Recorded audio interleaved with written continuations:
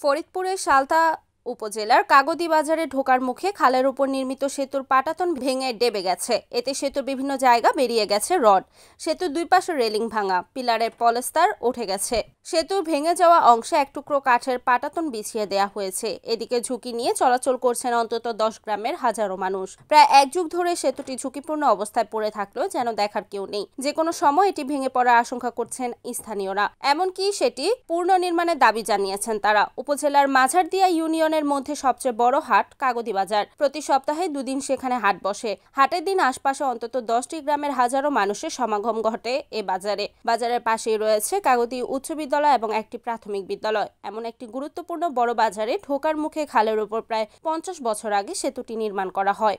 যদিও সেতুটি ছোট হওয়ায় নির্মাণের পর থেকেই এর উপর দিয়ে বড় যানবাহন চলাচল করতে পারেনি, তবে ভ্যান ও অটোরিকশা চলাচল করত। সালথা উপজেলার প্রকৌশলী সেতুটির মেয়াদ অনেক আগেই শেষ হয়েছে। ইতোমধ্যে আমরা ওইখানে নতুন সেতু নির্মাণের জন্য প্রস্তাব পাঠিয়েছি। প্রস্তাবটি পাস হলে যত দ্রুত সম্ভব সেটি নির্মাণ করা হবে।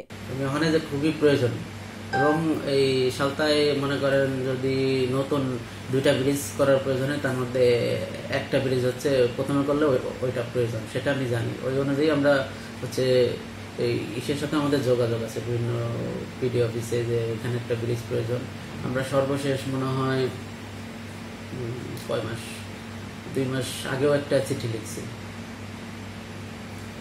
একেবারে বন্ধ করা যাবে, কিন্তু হয়তো গাড়ি চালানো যাবে না, এমনি লোকজন হয়তো হাঁটা এপাশে পার হইতে পারবে। কারণ কাকদি বাজার কিন্তু অনেক গুরুত্বপূর্ণ একটা বাজার। ওটা কিন্তু আপনারা জানেন ওটা অনেক অর্থনৈতিক কর্মকাণ্ড পরিচালিত হয়। সালতার যতগুলো বাজার আছে গুরুত্বপূর্ণ, তার মধ্যে কিন্তু একটা কাকদি বাজার। তো ওইটা একেবারে এই মুহূর্তে যদি বন্ধ করে দেয়, তাহলে কিন্তু লোকজনের অনেক দূরে ঘুরে আসতে হবে। গাড়ি টাড়ি আপাতত বন্ধ রাখা যাবে, সমস্যা নেই। আপাতত হয়তো সাময়িকভাবে পার হইতে পারবে, সেটা সমস্যা নেই।